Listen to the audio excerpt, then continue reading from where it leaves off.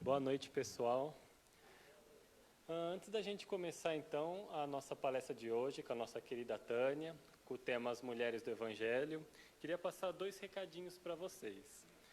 O primeiro, o jantar do Tony Angeli, que é beneficente, que auxilia, a casa, será realizado nessa semana, então no sábado, dia 14, às 8 horas, no Clube do Ítalo Brasileiro.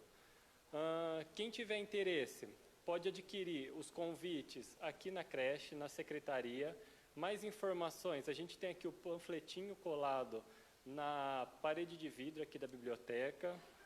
Ele custa, cada ingresso, R$100 o adulto, R$50 criança.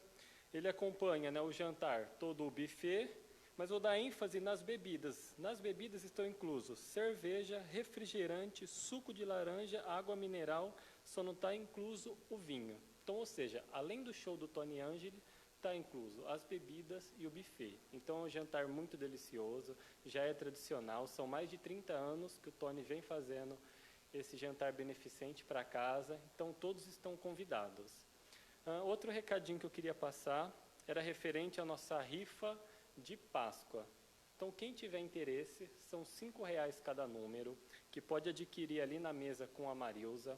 O sorteio vai ser realizado no dia 7 de abril, terça-feira, logo após a palestra. Esse ano serão 2 prêmios sorteados. Então, é uma cesta de chocolates da Cacau Show. O segundo é um ovo de Páscoa de 1 quilo da Garoto, feito artesanalmente pela Juliana Lumine. Que mais? Então, quem se interessar ali na mesa da Marilza, então, por enquanto, eram esses 2 recados. Vamos fazer, então, nossa prece inicial, uniformizar os nossos pensamentos. Vamos elevar, assim, o nosso pensamento a Deus, a Jesus, agradecendo a oportunidade de estarmos reunidos aqui nessa noite, em nome do nosso Mestre. E vamos pedir para a espiritualidade aqui presente, que tenhamos uma noite de muita paz, de muita luz, de muita calma, que estejamos atentos àquilo que será passado pela nossa irmã Tânia, que possamos absorver esses conhecimentos, aplicá-los em nossa vida, compartilhar com as pessoas na qual amamos, auxiliando assim a todos na qual convivemos, auxiliando o nosso mundo, na sua transição de um mundo de provas e expiações para um mundo de regeneração. Que todos assim possamos sair da casa posteriormente melhores que quando entramos, levando uma palavra, levando um sorriso no rosto, levando sempre aquela serenidade que o Mestre Jesus nos trazia. Muito obrigado a todos. Tânia, fique à vontade.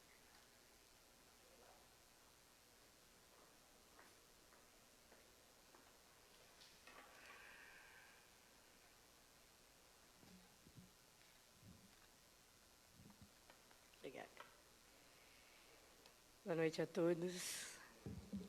Que a paz de Jesus esteja e permaneça com todos nós.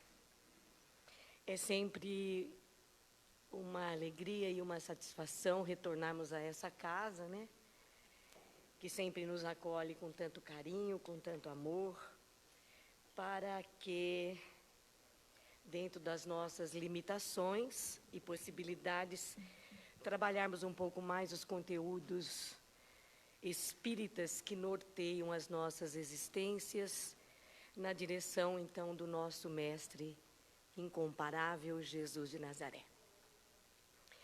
Mês de março, eles deram uma data, 8 de março, o Dia Internacional da Mulher, mas eu acho que a mulher precisa ser comemorada todos os dias, não é? Mas, enfim, como foi posta essa data, eu achei propício, então, trazer as mulheres do Evangelho, aquelas mulheres que conviveram com o nosso Mestre Jesus de Nazaré. E é com profundo carinho e respeito, então, que eu venho aqui trazer a grandiosidade do coração feminino, a importância da mulher no contexto, da nossa sociedade. Então, não há também como não recordarmos o profundo amor que Jesus Cristo colocou na direção das mulheres do Evangelho.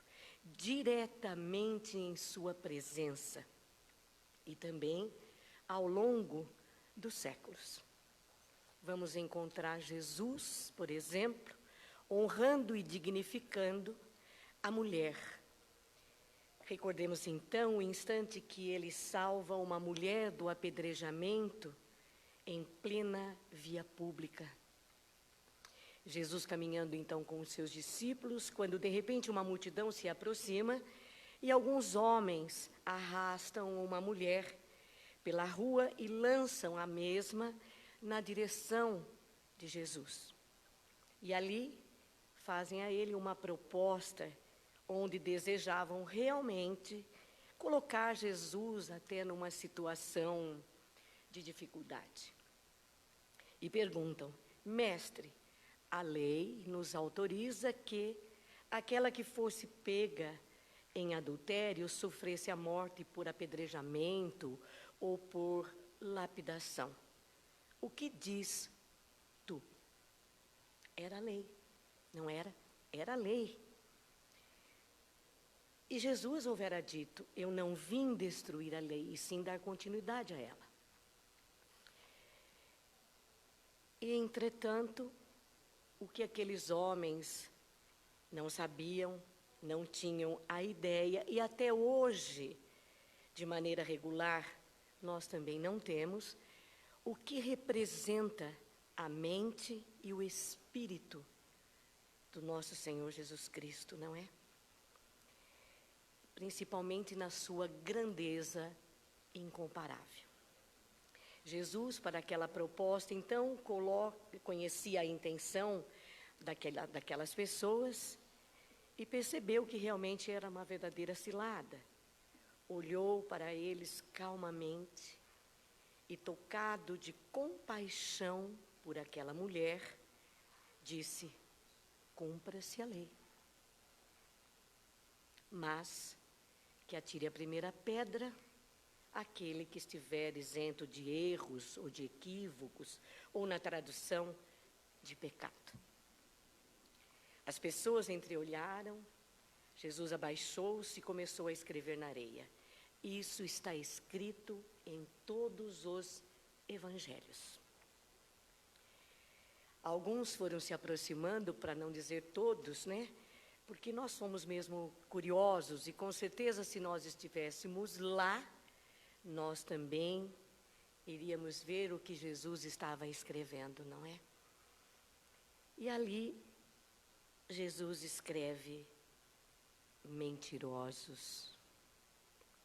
Os que se identificavam foram saindo. Outros ele escreveu: hipócritas, desmascarando o hipócrita ou então a própria hipocrisia. Depois Jesus escreveu adúltero e outros também se afastaram. Quando Jesus levantou, olhou para aquela mulher em desalinho, totalmente alienada, e faz a pergunta: onde estão aqueles que te acusaram? Não sei, Senhor, não sei se foram. Se eles não te acusaram, eu também tampouco te acuso. Mas ali ele esclareceu: vá e não tornes a pecar ou a se equivocar. Nesse instante, Jesus não concordou com o adultério, embora alguns historiadores disseram que Jesus foi conivente, né, com o adultério, mas jamais ele foi. Ele realmente esclareceu: ninguém te acusou, eu tampouco te acuso. Mas vá e não volte a te equivocar, para que não te aconteça algo pior. Agora, aquela mulher, por sua vez, não acusada, não censurada por Jesus, também não se sentiu limpa, não é? O que ela teve naquele como despertar foi a necessidade de uma nova conduta. Também porque não era justo, né? Ela ser lançada a um julgamento inapropriado, porque realmente onde estava aquele que havia se adulterado com ela. Será que ele estava escondido no seu comportamento pusilânime? Não é? E essa mulher, gente, nós não sabemos nem o nome dela. Olha que interessante, né? Mas ficou marcado no Evangelho que como um exemplo de conduta para aquela mulher. Outro exemplo é quando Jesus, com profundo amor por Marta e Maria, as irmãs de Lázaro, o redivivo de Betânia. Quando ele vem de suas pregações, entra em Betânia, elas vão de encontro a ele e diz: Senhor, chorosas, lamentando, desesperadas, se o Senhor estivesse aqui, o meu irmão não teria morrido. Agora vejamos, Jesus se colocou no lugar das duas, sentiu a dor das duas, se comoveu e chorou com elas. Assim ainda, Jesus cruza com a viúva de Naim, levando o seu filho séquito.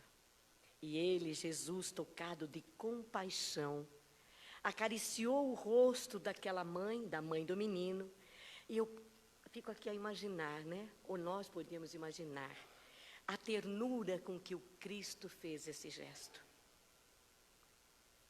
E ele diz a ela: não chore, seu filho vive. E ele ordenou como Senhor dos Espíritos, revitalizando as forças físicas daquele espírito, que não havia desencarnado. O mesmo ele fez com que o garoto despertasse. Assim também aconteceu com a filha de Jairo, onde ele foi até a menina e fez com que ela despertasse do seu estado de letargia, ou catalepsia, ou conhecido coma. Agora, nós vamos ver o exemplo da mulher hemorroísa, que, tocada por uma fé indescritível, ela não precisava, ela não tinha necessidade de conversar com Jesus. Mas ela sabia do que Jesus já havia feito por lá. E a fé dela era inabalável. E ela sabia, ela tinha certeza plena que se ela tocasse nele, aquele fluxo hemorrágico ia diminuir. E naquela multidão, naquele empurra-empurra, naquele sol do meio-dia a pino, ela vê ele passar, ela estica a mão com uma força e toca-lhe as vestes. E realmente ela sente ali, naquele momento, que o fluxo sanguíneo desaparecia, ou melhor, diminuíra. E Jesus estancou, porque isso também está no Evangelho. E Divaldo Pereira Franco conta numa videoconferência que quando ele para, ele diz a Pedro: Pedro, quem me tocou? E Pedro era aquele que protegia Jesus, como se Jesus precisasse, né? E Pedro, ainda um homem muito bruto, mas de um coração, porque, em verdade, Jesus não vê o que nós somos hoje. Jesus nos enxerga o que nós vamos ser daqui para frente, no nosso futuro, não é? E Pedro, meio que inconformado, diz assim: Jesus, pelo amor de Deus, nesse empurra, nessa multidão, eu lá vou saber quem foi que te tocou? E Jesus diz a ele: me tocaram, Pedro, porque eu senti sair de mim uma virtude. Nesse instante, uma voz diz: fui eu, Senhor. A multidão abre espaço, olha para a mulher, olha para Jesus. Ele a levanta e diz: mulher, vá, a tua fé te salvou.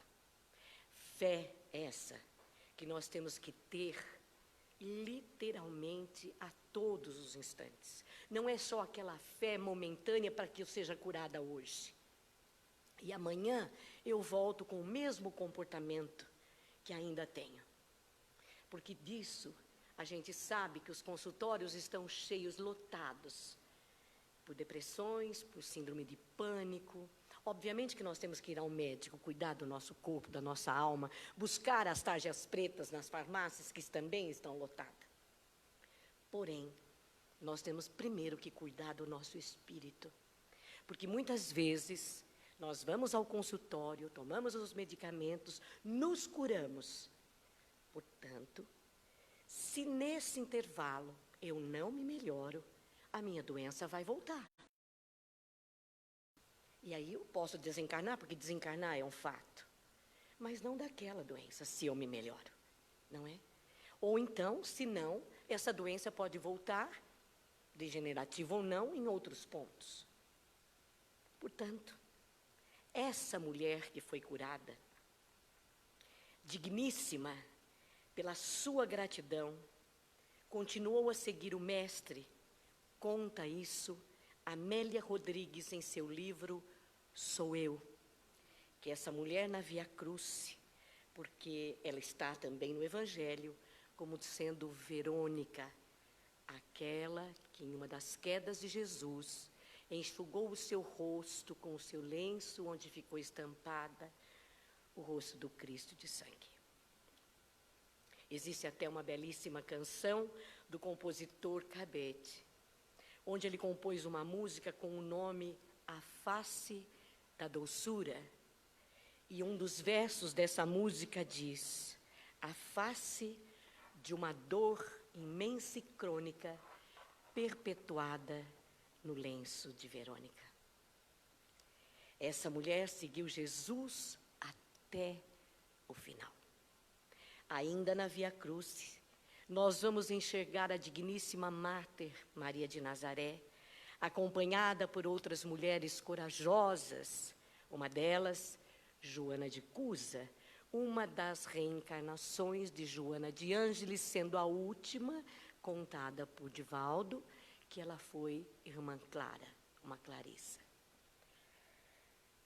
Ela, Joana de Cusa, na época, era a esposa do intendente de Cusa, que teve coragem de ir até Pôncio Pilatos interceder por Jesus, onde ela teve a oportunidade de sublimar a sua existência, doando-se a Jesus no martírio do grande circo romano, junto ao seu filho mais velho. E ela foi convidada a abjurar, a renunciar a Jesus de Nazaré, por uma falsa promessa de um soldado romano. O que esse soldado podia de prometer, se ele era apenas um soldado? Ele era mandado por um exército, não é? Mas fez a proposta: abjura-te o teu Jesus, quem sabe eu te salvarei. E o filho, desesperado no poste, pronto para a concorrência, ele implora a Joana de Cusa: mamãe, abjura, abjura Jesus. Ela olha para o céu estrelado e, com profundo amor e carinho, recordou de Jesus, da sua mãe, olhou para o filho com um misto de ternura e vigilância e disse: cala-te, meu filho, porque Jesus era puro e permitiu-se molar. É preciso, meu filho, diante da transitoriedade do mundo, ser fiel a Deus, ser fiel a Jesus. Ou seja, o que nós temos que ter realmente por Jesus é fidelidade. Quantos logotipos a gente escuta ou vê atrás de um carro? Deus é fiel. Para mim, não tem problema nenhum, porque isso a gente já sabe, não é? Agora, quanto é que nós é que somos fiéis, ou fiel a Deus? Quanto é que nós somos fiel ao Cristo, aos seus ensinamentos? Nesse legado de consolação e amor que Ele nos deixou. Mas, quando o soldado disse, ela olha para o soldado e diz: cumpra com o teu dever. E o soldado com escárnio disse: é isso que o teu Cristo te ensinou? Não, responde ela. Ensinou-me a te compreender e a perdoar. Mas o soldado não teve compaixão e os queimou. Já desencarnando, Joana ouve uma voz muito conhecida e uma mão tocar-lhe ao ombro e assiciar-lhe no ouvido. Joana, não estás sozinha. Vem buscá-la. Obviamente que era o próprio Cristo que veio ali buscá-la. Outro exemplo de mulher que conviveu na presença de Jesus foi a nossa conhecida Maria de Magdala, ou Maria de Madalena, a mulher dos 7 demônios, que foi buscar a Jesus na casa do hipócrita fariseu Simão, onde quando ela entra ele diz, o que vem essa mulher imacular o meu lar? Hipócrita por isso, porque ela estava imaculando o teu lar. Mas ele frequentava a sua casa, não é? Mas mesmo assim ela não deu bola, lançou-se aos pés de Jesus e ali, literalmente, ela se converteu. Agora, Jesus a curou? Tirou dela os 7 demônios? Claro que não. Porque se ele tirasse ali, ela não tivesse se convertido por uma melhora moral instantânea, não viria 7, 14, 21, sabe Deus quantos? Porque não adianta nós tomarmos o passe, nós tomarmos a água fluidificada, nós compreendemos, entre aspas, o Evangelho de Jesus, mas a nossa conduta moral continua a mesma. Então, os obsessores saem ali do momento que você tomou o passe, você acendeu uma vela, tomou o banho de 7 ervas, ele não gostou da erva, ele vai embora. Mas você não muda de conduta, ele volta, não é? E traz outros. A gente ouve isso nos trabalhos obsessivos, de desobsessão. Assim, ele deu a ela um novo roteiro de vida, né, para que ela fosse conduzida, e ela aceitou. Porque nós temos que ter a vontade firme para isso. E abriu mão da sua mansão, das suas joias, das suas roupas, e partilhou com o Mestre nos momentos do Evangelho até a hora extrema. Lembremos aqui que foi através dela que o Senhor decidiu que viria a notícia da sua vivência no mundo espiritual, em que a sepultura de José de Arimateia foi a ela que ele apareceu para que ela fosse a informante, informasse aos discípulos que ele estava vivo e que dela duvidou. Na verdade, eu creio, né, que todos duvidaram, mas só um teve a coragem de dizer a ti, aparecer a ti. Esse a ti era grifado, porque as pessoas não esquecem o que a outra foi, mas não viu o que ela passou a ser, não é? Mas Maria de Nazaré, foi Tomé que duvidou, óbvio, né? Mas Maria de Nazaré disse a ela, eu creio, minha filha, conte como foi. Então, nós podemos ver aqui as mulheres do Evangelho, essas mulheres que entregaram em pleno amor a Jesus Cristo. E o que nós até hoje não entendemos e não conseguimos entender, né? Também não vou poder deixar de falar um outro exemplo de Lívia, a esposa do senador Públio Lentulus, uma das encarnações de Emmanuel, onde ele conta da sua vida no belíssimo romance Há 2000 anos. Lívia, meus amigos, teve a sua sublimação naquela mesma encarnação. Ela teve seu filho sequestrado com meses de vida.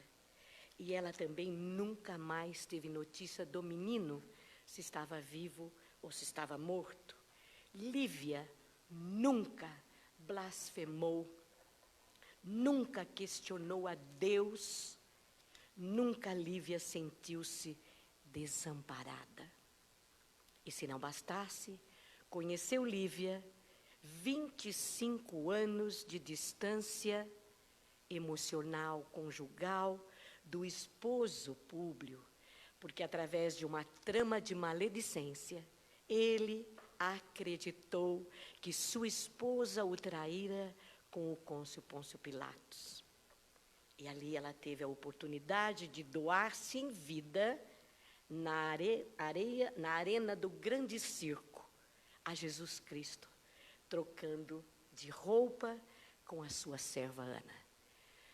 Há vários romances do Emmanuel, Renúncia, Ave Cristo, Paulo Estevam, 50 anos, mas para mim, todos são belíssimos. Para mim, 50 anos é o que me toca mais, com certeza. Então, leiam a obra, é maravilhosa. Aliás, todas, né? Mas, conta que Lívia não teve necessidade de reencarnar por conta do seu amor profundo por Jesus de Nazaré. Aqui também vou falar de um outro personagem, de Joana d'Arc, uma das encarnações de Judas Iscariotes, que conseguiu sublimar a sua existência e a voltar ao colegiado apostólico de Jesus. Teve a morte sendo queimada em praça pública, quando traída pelo rei de França, quando defendia com o seu exército a França do domínio dos ingleses. Pôde Joana d'Arc depositar aos pés de Jesus, quando já as labaredas queimando o seu corpo e desencarnando, a bandeira que ela carregava à frente do exército, dizendo: Jesus e Maria. Essa informação que Joana d'Arc era Judas Iscariotes vem do espírito Humberto de Campos. Agora nós vamos vir bem para cá. Essas pessoas que daqui eu vou trazer não conviveu diretamente com Jesus, mas deixou-nos um legado magnífico. Como não recordar de Amélia Franco, que foi a primeira espírita voltada para a educação do espiritismo. Uma espírita que deixou para a história do espiritismo uma belíssima página de sacrifício e renúncia na direção do Evangelho, na direção do Espírito Maior. Essa história está presente no livro A Vida Escreve, por Hilário Silva.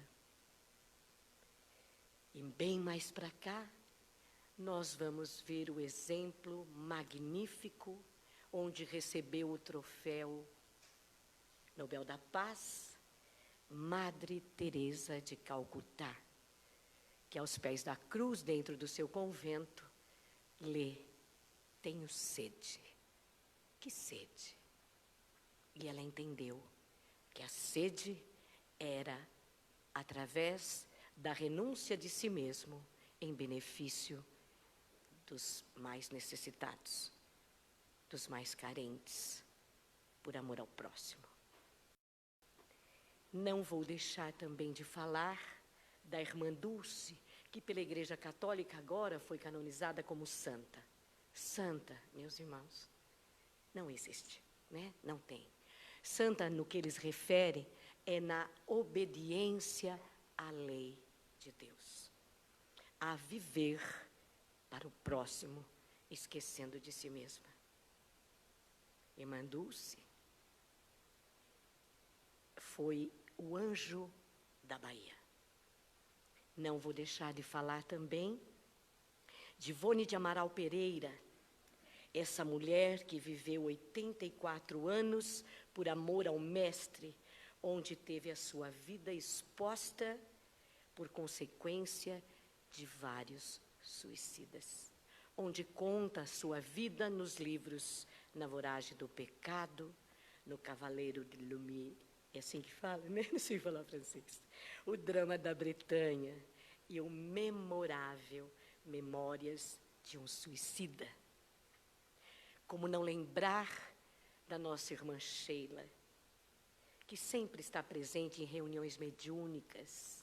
Sheila, Uma enfermeira da Segunda Guerra Mundial, em salvando uma criança, pisa numa granada. E trabalha hoje na equipe do Dr. Bezerra de Menezes. Como não lembrar da nossa irmã Meimei, a nossa doce Meimei. Lembrando também da nossa irmã Veneranda, da nossa irmã Blandina, do nosso lar.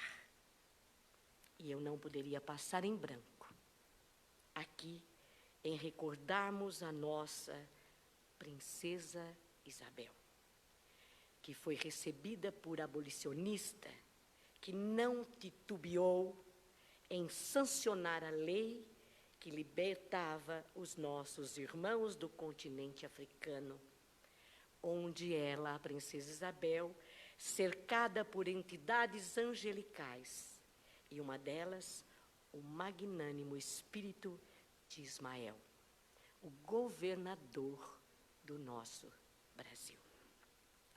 Fora ela, então, a proclamar a Lei Áurea.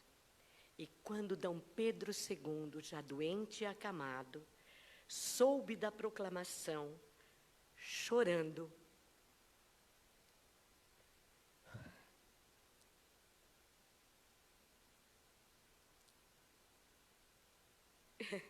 ele pôde dizer: grande povo, grande povo.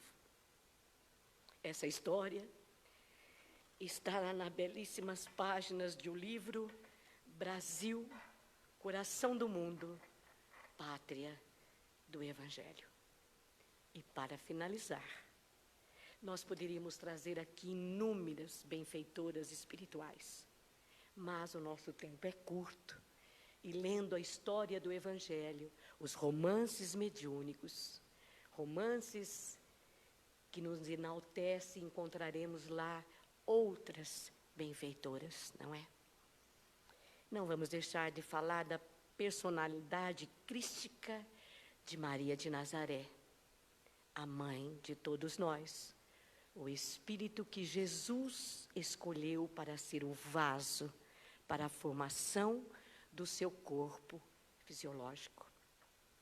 Maria, após a morte de Jesus, viveu até os seus 90 anos, onde Humberto de Campos, nas páginas do livro Boa Nova, conta que Maria, sentada à porta simples da sua casinha em Éfeso, vira aproximar um peregrino, fez menção de levantar-se, mas as forças já não ajudavam.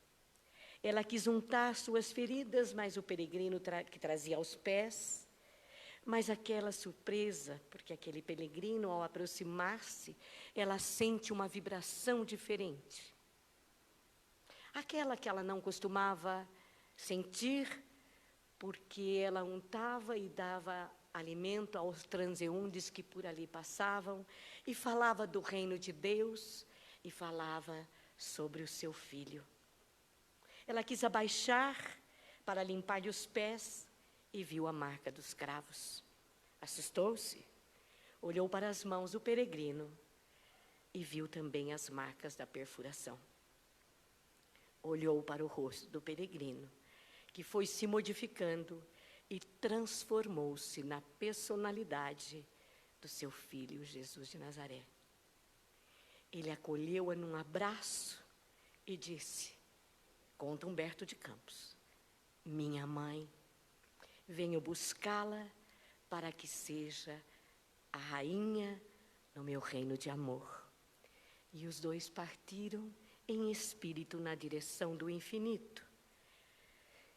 Porém, aquele coração augusto lembrou-se e com preocupação junto ao filho, e antes de ir ao infinito de amor, à plenitude, passar pelas catacumbas do Coliseu, abençoar aquelas pessoas no instante em que Roma, escurecida pelo ódio, pela loucura,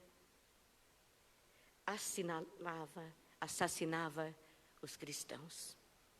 Penetrou Maria em espírito e, vendo todas aquelas pessoas viu uma jovenzinha olhando atrás de uma grade, triste, porque, em verdade, eles estavam sofrendo. Mas um sofrimento para eles ali era de honra. Porque às vezes nós sofremos aflições, dores, isso constante, todos sofrem.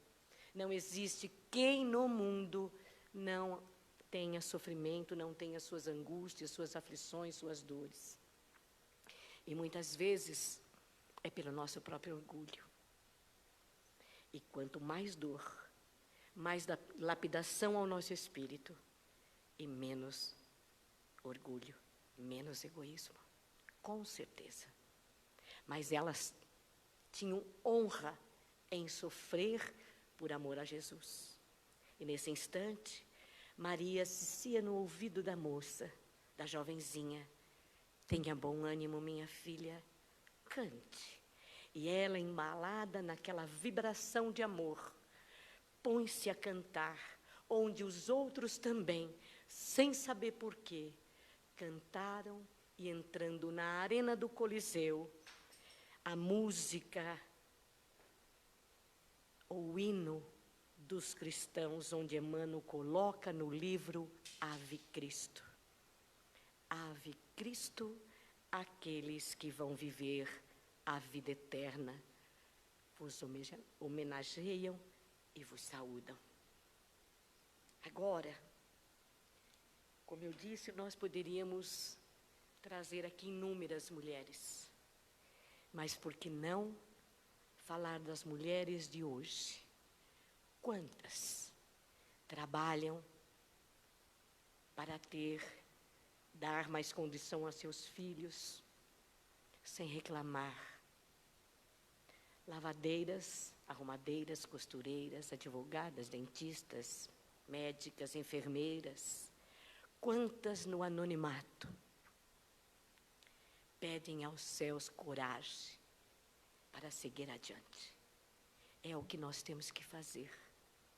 Pedir resignação, paciência, tolerância. Não é fácil viver no mundo, mas é fácil viver no mundo sem ser do mundo. Nós sabemos que estamos aqui de passagem. Saibamos viver para que possamos também saber desencarnar. E se nós ainda não tivermos a coragem de pedir a Jesus de Nazaré, Nivaldo conta que uma vez visitando Irmã Dulce no hospital na Bahia, ele foi entrando, ela de costa numa cruz vazia, e ela dizendo assim: olha aqui, Senhor, contado numa videoconferência por ele, o Senhor deve estar muito ocupado, porque não está me escutando. Eu já pedi para o Senhor me dar uma direção para eu pedir para os governantes, para os prefeitos da Bahia me ajudarem. Eu preciso acabar a ala do Hospital dos Aidéticos. Mas não tem importância, viu? Eu vou pedir para sua mãe. Porque tudo que a gente pede para uma mãe, ela não dá sossego para o filho enquanto o filho não faz.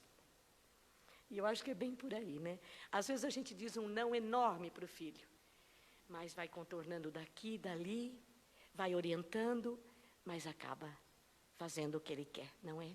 Dentro da possibilidade do sim, sim e do não, não.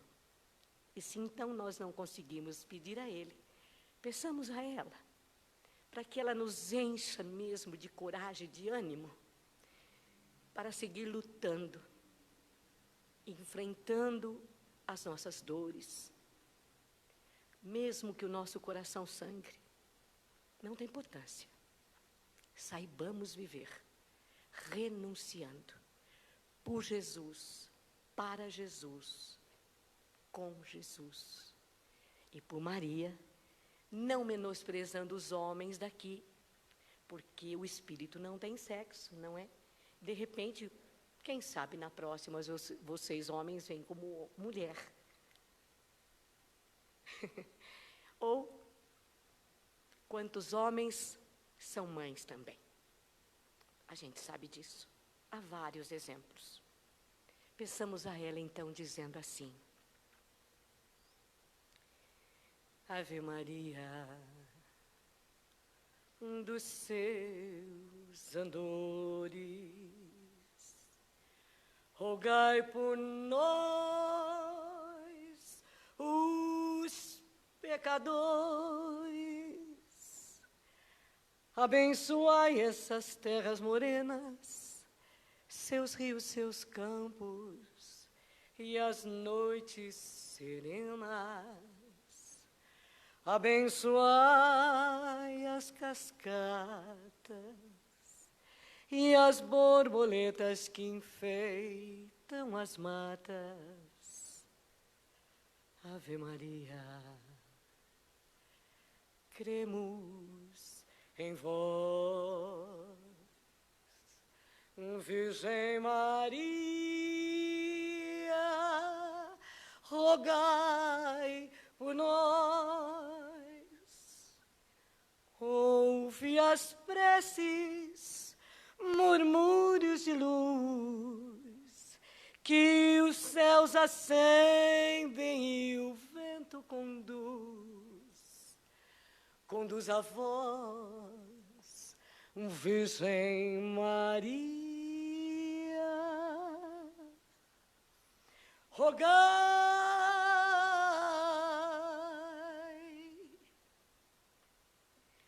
por nós.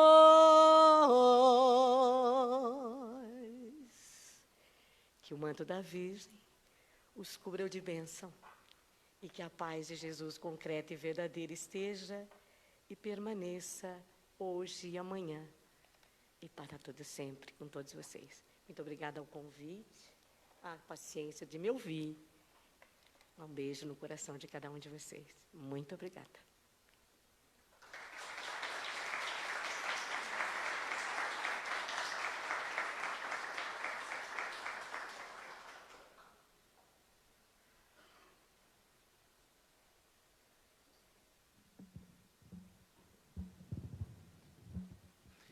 Agradecemos também a irmã Tânia, que com a sua doce voz, né, nos trouxe o Evangelho e nos lembrou muito bem a importância das mulheres na história do mundo, na história da nossa sociedade, né? Então, vamos fazer a nossa prece de encerramento. Querido Pai, querido Mestre Jesus, agradecemos essa noite, agradecemos esse aprendizado tão doce acerca do Teu Evangelho, acerca de Tuas palavras, de Teus exemplos. Agradecemos também a espiritualidade amiga, que nos intui com tanto amor, com tanto carinho. Agradecemos novamente ao Pai por estarmos aqui nesse momento. E que assim seja para todo sempre.